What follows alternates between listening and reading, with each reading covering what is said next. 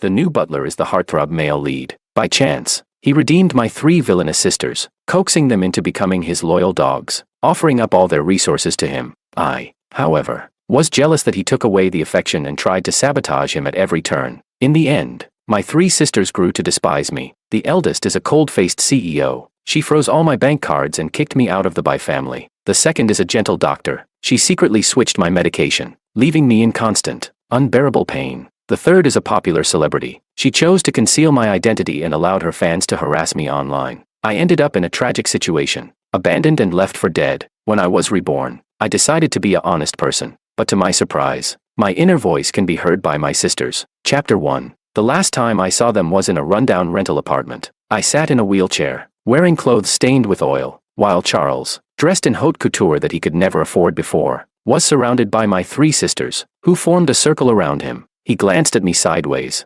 sneering, "For the sake of us once being the best of friends, how about you apologize to me today? Call me brother-in-law, and I'll forgive you, bringing you back to the Bai family. What do you say? Call him brother-in-law.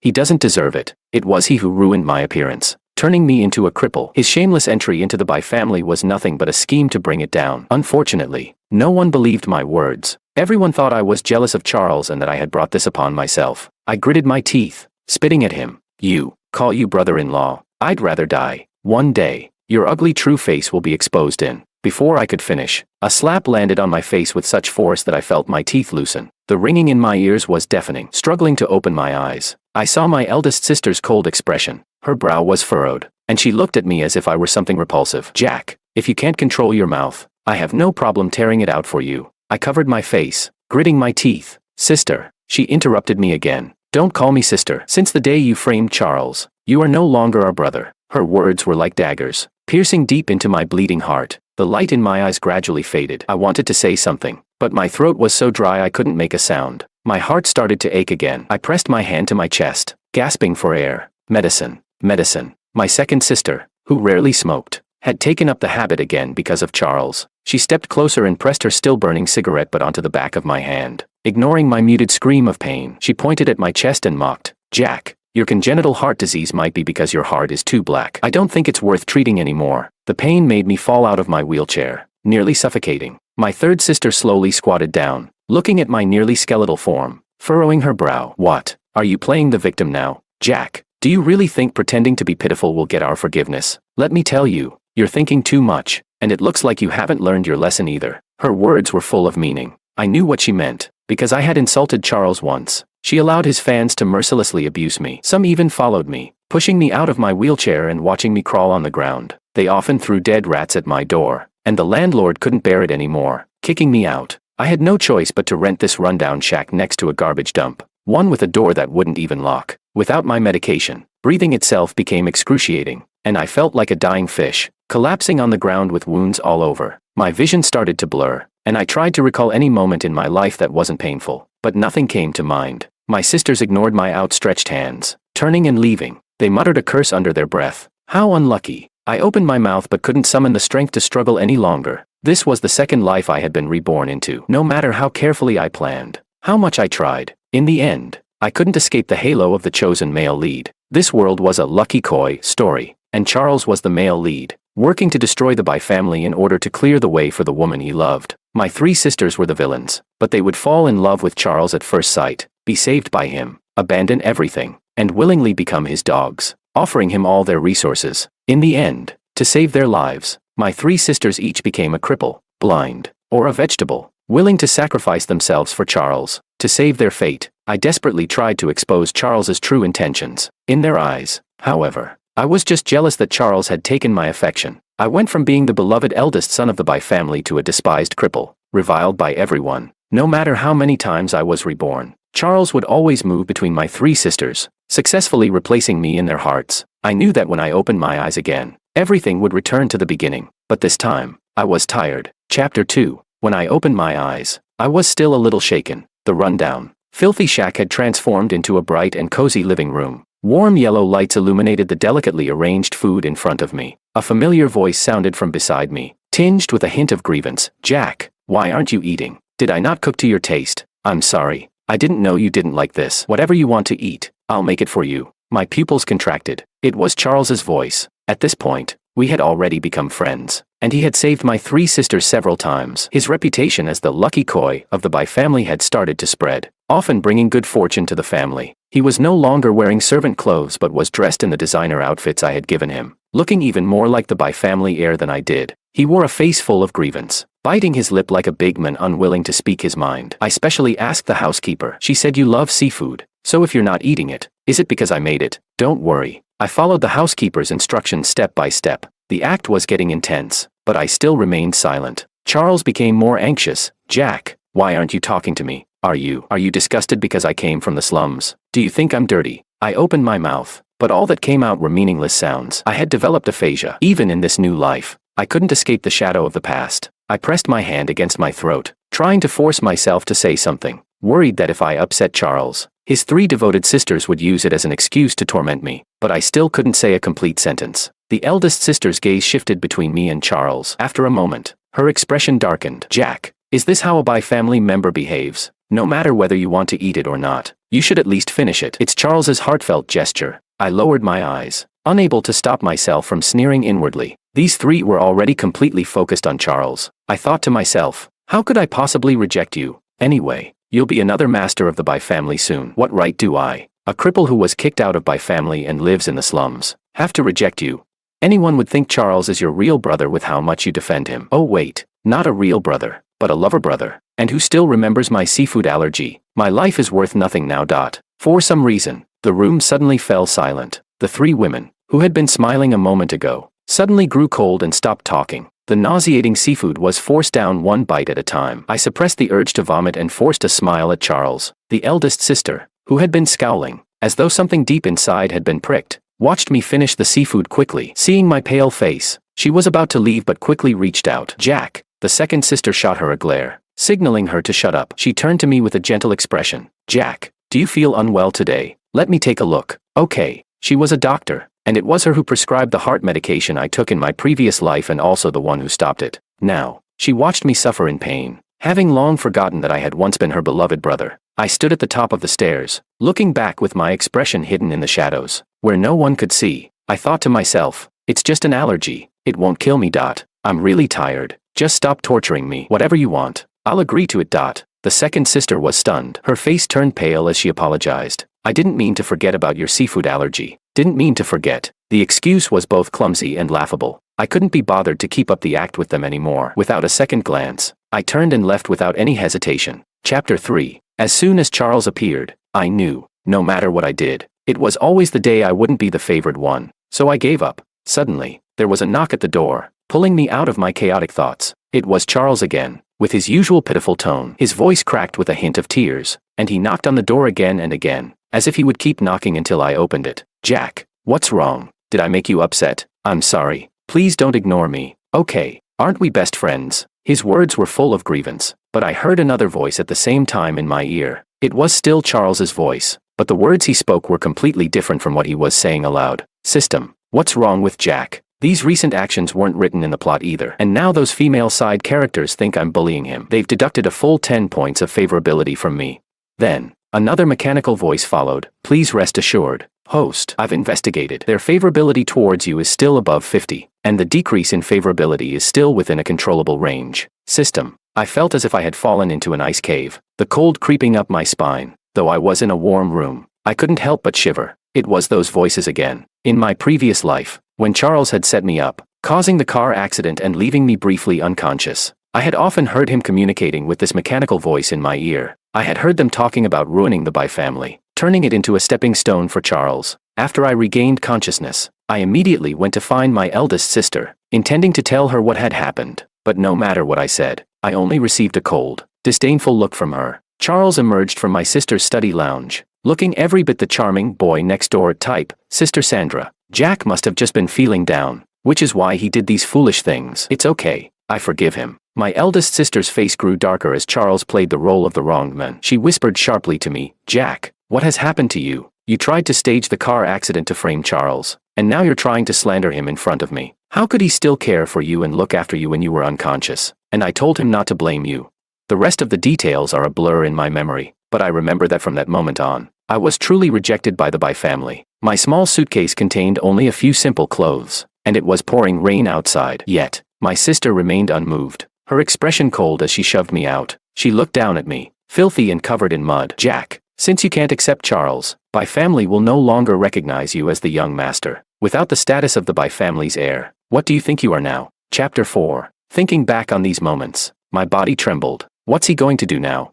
I didn't need to guess. I already knew there was more than just Charles outside the door. I don't know who he's trying to gain favor with this time. Whatever. It doesn't matter anymore. I'm leaving the By family anyway. I knew there was no avoiding it. Taking a deep breath, I walked over and opened the door. Charles's hand froze in midair as he knocked, but he wasn't embarrassed. He reached out, trying to take my hand, but I stepped aside to avoid him. Jack, he dragged out my name, speaking with a pout, but his gaze kept drifting toward the third sister standing behind him. Is something wrong? Why are you ignoring me? Please, talk to me. Okay, in the previous life, Charles only acted kind in front of my three sisters, especially when they were present. He had probably been acting for their benefit again. The third sister remained silent for a long time before finally speaking, but she was defending Charles. She looked at me, her eyes full of concealed concern. Jack, I've heard from elder sister and second sister these past few days. Is there some misunderstanding between you and Charles? Weren't you two very close before? You don't know how many times he's cried because you've been ignoring him recently. She sighed, her expression one of pure concern for me. I know a very good psychologist. If you don't want to talk to elder sister or second sister, you can talk to me. I'll take you to see him tomorrow. Okay.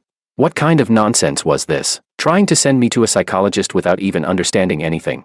I thought to myself, of course, in your eyes, if someone doesn't like Charles, they must have psychological issues, right? When you allowed your fans to harass me online, where was your concern for my mental health? Are you trying to get revenge for Charles and lock me up in a psychiatric hospital? The third sister froze, her expression gradually twisting. She glanced at Charles, then at me, and finally, in disbelief, lowered her gaze to her own hands. Jack, she hesitated before speaking. Did I do something wrong? Please don't hate me, okay? My face was full of suspicion. I shook my head and quickly slammed the door shut. After the door closed, I heard a thud, followed by Charles's pained cry, Jessica. The system screamed, warning. Female character Jessica's favorability -10. Her favorability has now dropped below 50. Please, host, find a way to raise her favorability back up. Stop calling me that. The third sister's voice sounded a little dark. The other two fools were deceived by you, but I haven't. You'd better give me an explanation, or I won't hesitate to. I couldn't hear the rest of her words, but I assumed they had walked away by now. I didn't understand the third sister's sudden change of heart, and I didn't want to care about it either. Seeing how she was defending Charles now, it was only a matter of time before she followed the same path as in the previous life. Whatever Charles planned to do with the By family had nothing to do with me anymore. For me, nothing was more important than just surviving. Chapter 5. I hardly ever returned to the By family anymore, and as a result, Charles had more opportunities to appear at the By family's residence. The By family was already worried about me causing trouble, so they had hidden my identity. The outside world only knew that the By family had a young master who had been pampered since childhood but was in poor health, without knowing who he really was. Now, Charles had almost firmly taken on that title. He didn't bother to correct anyone when people asked. He would simply smile and say nothing. To others, it seemed like he was silently admitting that he was the true heir of the By family. My roommate, Daniel, looked at me and mocked. Jack, why aren't you hanging out with Charles lately? Wasn't it just at the start of the semester that you two were always taking the By family's car to school together? What happened? You and Charles had a fallout, and now he won't even let you ride in By family's car. I glanced at him, lowered my head, and continued organizing my assignments, ignoring him, but he seemed to have hit a nerve and slammed his phone down, which had crashed after his game character died. With a sharp tone, he continued, Charles doesn't even care about you anymore. You couldn't climb into the By family's circle, so what's the point of pretending? Charles, who was sitting beside him, looked a bit uncomfortable. He tugged at Daniel's sleeve and quietly said, Daniel, it's fine. Isn't it already well known that Jack doesn't like me? I can't force anything. Daniel crossed his arms, sneering. I just can't stand him acting all high and mighty. Wasn't he desperate to get close to you before? Now he's pretending to be some big shot. He lowered his eyes, seeming lost in thought for a moment. Then, after a brief pause, he glared at me and snarled, let's see how long you can keep up this act. After they both made their threats, they left. Before closing the dorm door, Charles glanced back at me. His eyes were full of calculation. I heard him ask the system again, System, who has the highest favorability now? The system replied, currently, Sandra has the highest favorability. You need to act quickly. 60 favorability is still too low. You must raise it to 80 within a week, or you won't be able to foresee the next part of the plot. The next part of the plot? I remembered that it was when elder sister went to sign a contract and got stranded at sea. Charles saved her, and that was when they started to develop some feelings for each other. Whatever. What does that have to do with me? I packed up my things, planning to go to the library, but along the way, I started receiving different looks. Some people were pointing at me. Isn't that him? The one they were talking about on the forum? Yeah, Jack. The one who's willing to do anything to climb into a rich family. I heard he and Charles fell out because he failed to get into the beds of the by-family sisters. Ugh. He's so disgusting. He used to be so close to Charles. No wonder he doesn't even talk when he sees him now. If your friend was trying to seduce your sister, would you still talk to him?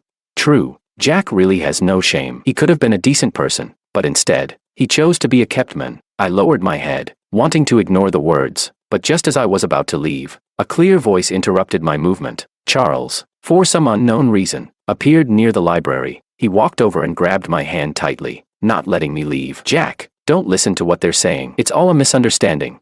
They don't believe you, but I do. His words were comforting, but they were just repeated expressions of his subjective feelings. He never offered any real proof that I was innocent. To outsiders, he looked kind, but no one would actually believe I hadn't done what they accused me of. A perfect case of the thief calling out. Catch the thief. Chapter 6. My silence seemed to confirm the accusations, and the insults from the onlookers only grew louder. Charles looked even more aggrieved and helpless than I did. His eyes filled with tears as he gazed at me. Here we go again. Is crying all Charles has left as a tactic? I lowered my eyes, just wanting to distance myself from him, but his grip on my hand was unshakable. Suddenly, the system issued a loud warning. Warning, the female antagonist, Jessica, is approaching. Please be mindful of your image and avoid any actions that could lower favorability. Charles's expression changed, and with a trembling voice, he started speaking louder in my defense. Stop saying things about Jack. He's not like that. You've all misunderstood him. With that performance, anyone would think we were the best of friends. I've seduced your sisters, and yet you're still speaking up for me. Truly, how kind-hearted you are. I let out a quiet, bitter laugh, my gaze lingering on my swollen wrist. It dawned on me a moment later that it was sore. A voice from outside the crowd interrupted my thoughts. What do you mean? Not like that. Even though she was wearing a hat and sunglasses, Jessica couldn't hide her superior figure. Soon, her passionate fans recognized her, and shrieks of excitement erupted. Isn't that Jessica? Definitely. Looks like she's here to back Charles up. After all, her little brother's been hoodwinked by Jack, and he's still determined to be friends with him. Oh, sister, you're so pretty. If I'd known, I would have talked to Charles more. Maybe he would have helped me get your autograph. The noise around me was deafening, but I felt completely detached from it all, as though I were watching from a distance. I thought to myself, when will this farce end? Isn't Jessica supposed to be here to back Charles up? Why is she still hesitating? Shouldn't she just come over and push me down, calling me names like before? Jessica furrowed her brow, and amid the astonished and gossip-filled looks, she walked directly toward Charles, and then handed the cake she was holding to me, standing behind Charles. Her voice was full of affection as she spoke. Jack, I know I've been busy with promotions lately, and haven't had the time to see you. How are you managing living at school? Would you like to move into the apartment I have nearby? By the way, I brought you a strawberry cake. I didn't have time to get your favorite brand today, but next time I will. Okay. The crowd fell silent. Even Charles's face darkened. I pursed my lips, unwilling to take the cake from her. What's she up to now? I get it. She wants to repeat her old trick and make everyone at school think we have a close relationship, so they'll bully me. Jessica, you really never get tired of using the same methods, do you? With her fans in the mix, this time, I might end up being doused in acid just like in the past. The thought of that searing pain and constant, invasive humiliation made me shudder. Sure enough, as long as I was tied to Charles, nothing good would come of it. Jessica's expression turned dark, and she snapped, What are you all talking about? What do you mean? Jack's seducing me. The By family has only ever had one young master, and that's Jack. Charles is just a servant in our house. How did he become the heir of the By family? The system's notifications echoed with a drop in Jessica's favorability. Jessica's favorability decreased by 10. Current favorability, 40. Charles's expression shifted to panic. He had originally assumed that, given Jessica's pity for him, she wouldn't reveal that he was a servant in the By family. But now, everyone who had just insulted me was casting venomous glares at him. His face turned pale, and tears streamed down his face as he cried out, What's wrong with being a servant? At least I'm earning money on my own. Unlike you people who were born with silver spoons in your mouths. Anything you want is handed to you, but even so, you have no right to trample on my dignity. My family might not be as rich as yours, but that doesn't make me any less than you. His speech stunned everyone present, and even Jessica was left speechless with guilt. Seeing that his plan was backfiring, Charles hastily stopped and ran off, tears still streaming down his face. The system chimed in at the right moment. Congratulations. Host. Jessica's favorability increased by 20. Current favorability, 50. Chapter 7. Now that people knew I was the real young master of the Bai family, their attitudes toward me were all a little strange. Daniel even posted an apology on the anonymous forum thread where he had slandered me. I was misled by Charles's lies and posted that thread. All the vague evidence came from Charles. He used me as a pawn. I hope Jack can be the bigger person and forgive me. I sincerely apologize to you, Jack. As a result, there were more people criticizing Charles. They called him vain, unscrupulous, and manipulative, someone who, despite claiming to be self-reliant, would throw a fit when his status was questioned. They pointed out that if he really didn't care about status, why didn't he clarify things when people mistook him for the heir of the Bai family? Too bad I didn't pay much attention to the forums. The only thing I knew was that my elder sister called me, her voice cold as she ordered me to come home. It was obvious she was calling me to defend Charles. I delayed until dusk before finally knocking on the Bai family's door. Charles sat in the center, crying, as usual, and the scene immediately reminded me of the last image I saw before I died in my previous life. Here we go again. Jessica seemed the most conflicted. She hesitated before walking toward me, but ultimately stood by Charles's side. Jack, you went too far with this. I thought to myself, too far? I don't even know what I've done. It's Charles who hasn't clarified his own identity and has been inciting others to slander me. Have I ever said anything bad about him or defended myself? Maybe they all think I'm trying to frame Charles, but no one's ever cared about how I've been unable to speak due to the events of my past life. Seeing their posture, almost like they were begging for forgiveness, I stopped at the door and didn't step any closer. The Bai family had long since lost its place for me. Jessica's expression shifted, as if she had finally understood something. She hurried toward me. Jack, you. Suddenly, Charles's system beeped urgently. Warning. Jessica's favorability decreased by 10. Current favorability, 40. Warning. Jessica's favorability decreased by 10. Current favorability, 30. Warning. Laura's favorability decreased by 10. Current favorability, 40. Favorability toward Jessica and Laura was plummeting, but only my elder sister gave me a long, deep look before showing no reaction. Charles, seeing this, rushed to grab my elder sister's hand, crying profusely, Sandra, you know I'm not like that. What I care about in the Bai family has never been money. It's all of you. You're like my real family, making me feel the warmth of a family. Maybe it's my existence that threatened Jack, which is why before he could finish, he was cut off by my second sister's cold voice. What do you mean? Maybe. You're saying you're not here for the money, but who would believe that? When Jack sent you those limited edition clothes and sports cars, why didn't you reject them with dignity like Jessica said?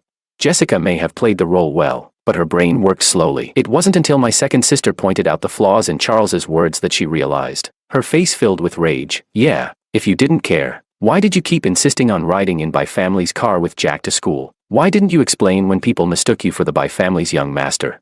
You clearly care more than anyone. Chapter 8. In no time, both of their favorability ratings were nearly gone. Charles's face turned ashen, and he could only cling desperately to my elder sister. With a gentle gaze, she softly ran her fingers through his hair. Charles, don't be afraid. As long as you haven't done anything wrong, I will stand by you. So, please don't disappoint me. Charles leaned affectionately against her side. Then, in a corner where no one could see, he shot me a provocative glance. Even though my second and third sister's favorability had dropped, the real power in the Bai family lay with my eldest sister. As long as he won her over, what did he have to worry about? He had already decided on his position as the future male head of the Bai family. In his mind, he was frantically calling out to the system. System, since Laura and Jessica's favorability is already gone, I'll use their remaining favorability to unlock the next plot point related to Sandra. The system hesitated. Host, are you sure about this? Once the favorability reaches negative numbers, it will completely shift to hatred, and these female antagonists will utterly despise you. Charles dismissed it. They're just two female antagonists. How much trouble could they really cause me? Hurry up and exchange it. The system complied. Ding. Plot point unlocked. Sandra will be trapped at sea while signing a contract in half a month. The host can prepare in advance and offer assistance, ensuring that Sandra will be completely under your control. A confident smile spread across Charles's face. I could see his intentions clearly, and I let out a cold laugh. Well, I wish you good luck with your rescue plan. With the system's help, Sandra will likely fall for you. After all, saving her life would be a huge favor. You'll probably use that as leverage to demand marriage. She might even agree. Then, you'll marry her while secretly seducing my second and third sisters. The Bai family will truly be blessed beyond measure. Good luck to you all. A nest of snakes and rats, never to be separated. I only hope to be left alone soon. I don't want to be a pawn in your twisted game. My eldest sister gave me a heavy, complicated look. That gaze was too ambiguous for me to understand, but I boldly guessed that she, like in my past life, wanted me to leave, though she couldn't bring herself to say it. So, I packed my things and left the Bai family. I took everything that belonged to me, even had a new bank card issued to deposit my money. This time, I didn't end up like in my previous life, having to rent a dilapidated apartment. My second and third sisters came to visit me frequently, though I wasn't sure whether it was out of guilt or if they were pretending. The sympathy in their eyes was unmistakable. My second sister always made time to talk to me, as though speaking to a child, but when she saw that I was unresponsive, she would leave with a look of disappointment. My third sister had suggested multiple times that I should see a doctor, but I always refused, shaking my head. Half a month after leaving the Bai family, I received an invitation to an art exhibition at sea, hosted by my favorite artist. Without giving it much thought, I packed my things and accepted the invitation. When I arrived, however, the space allocated for the art exhibition was disappointingly small, and most of the cruise ship was dedicated to leisure activities for the rich and powerful. There, I saw my eldest sister, and beside her, in a suit, standing elegantly and confidently, was Charles. He seemed to have anticipated my arrival, a mocking smile curling at the corners of his lips. He whispered to the system, "Since this plot point involves a death, why can't it be Jack who dies? If he hadn't been born into the Bai family, who would he even be? He's better off being a stepping stone for me. At least he'll die with a purpose." Chapter 9. My eldest sister clearly saw me, frowning as if she had a bad premonition. She turned to look at Charles, seemingly asking him something, but by the time she turned back, I had already disappeared into the crowd. Charles's venomous voice, like a festering wound, echoed in my ear. "Jack, you just wait. Let's see who has the last laugh." I sighed, wanting to curse him, but I didn't know where to begin. I knew his intentions were impure, but I hadn't expected his plan to be so bold. He even managed to knock me unconscious and carry me away while I was standing in the crowd at the exhibition. When I woke up, I found myself dangling outside the ship like bait, barely 2 or 3 meters above the dark, raging sea. Beside me, Charles was in the same predicament. When he saw I was awake, he hurriedly squeezed out a couple of crocodile tears, crying out, "Sandra, Jack's awake. You have to save him. My life isn't worth anything." The man in the suit standing beside him spoke with a deep voice. "So, Sandra, have you made up your mind? One is your biological brother, the other your lover's brother. Who will you choose to save?"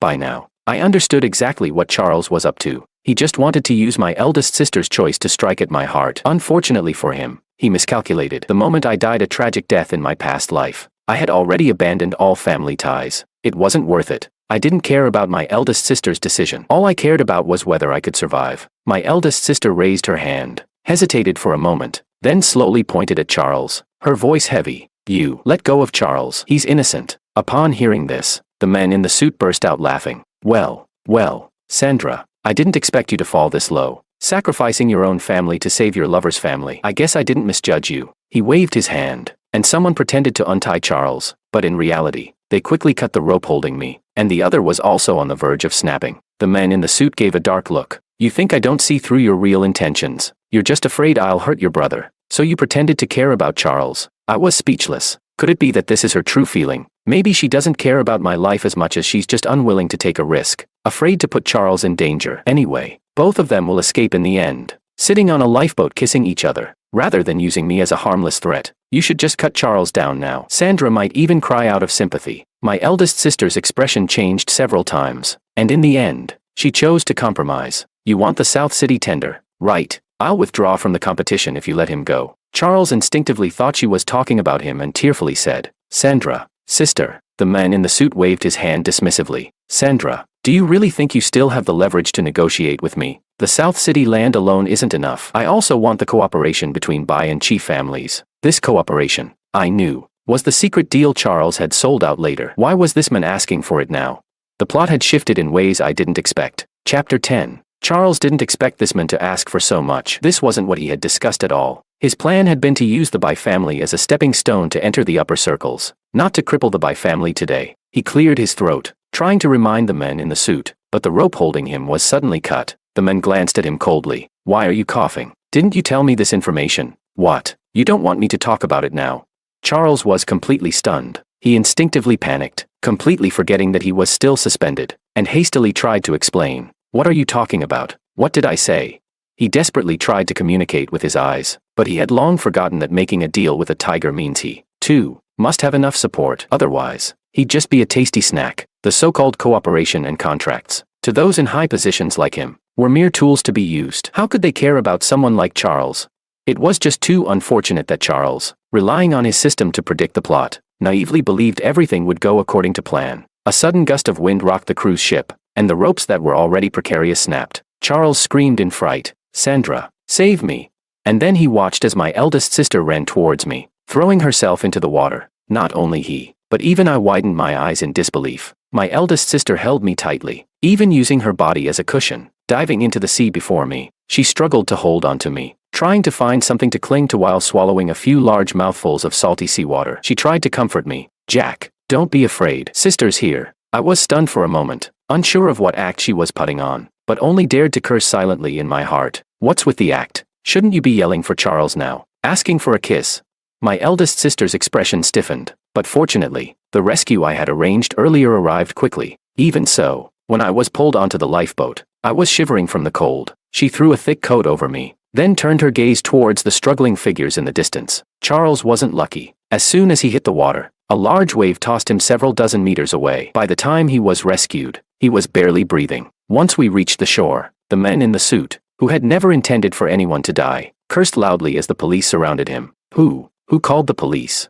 I glanced at him and snorted softly, thinking, who else could it be? Of course, it's me. I knew Charles wasn't keeping his plans hidden. How could I not prepare in advance?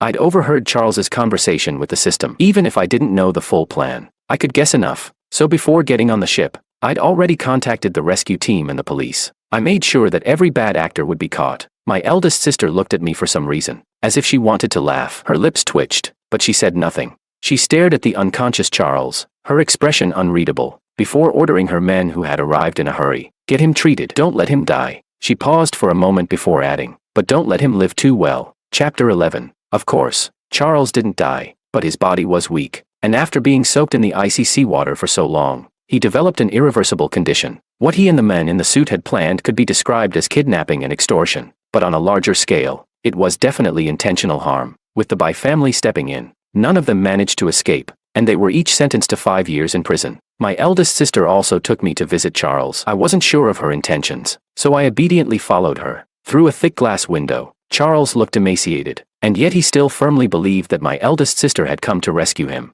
"Sandra, why are you only here now to save me? It's too late. Charles is in so much pain." His eyes were filled with tears. "Sandra, it was Jack who incited me. It was all his scheme.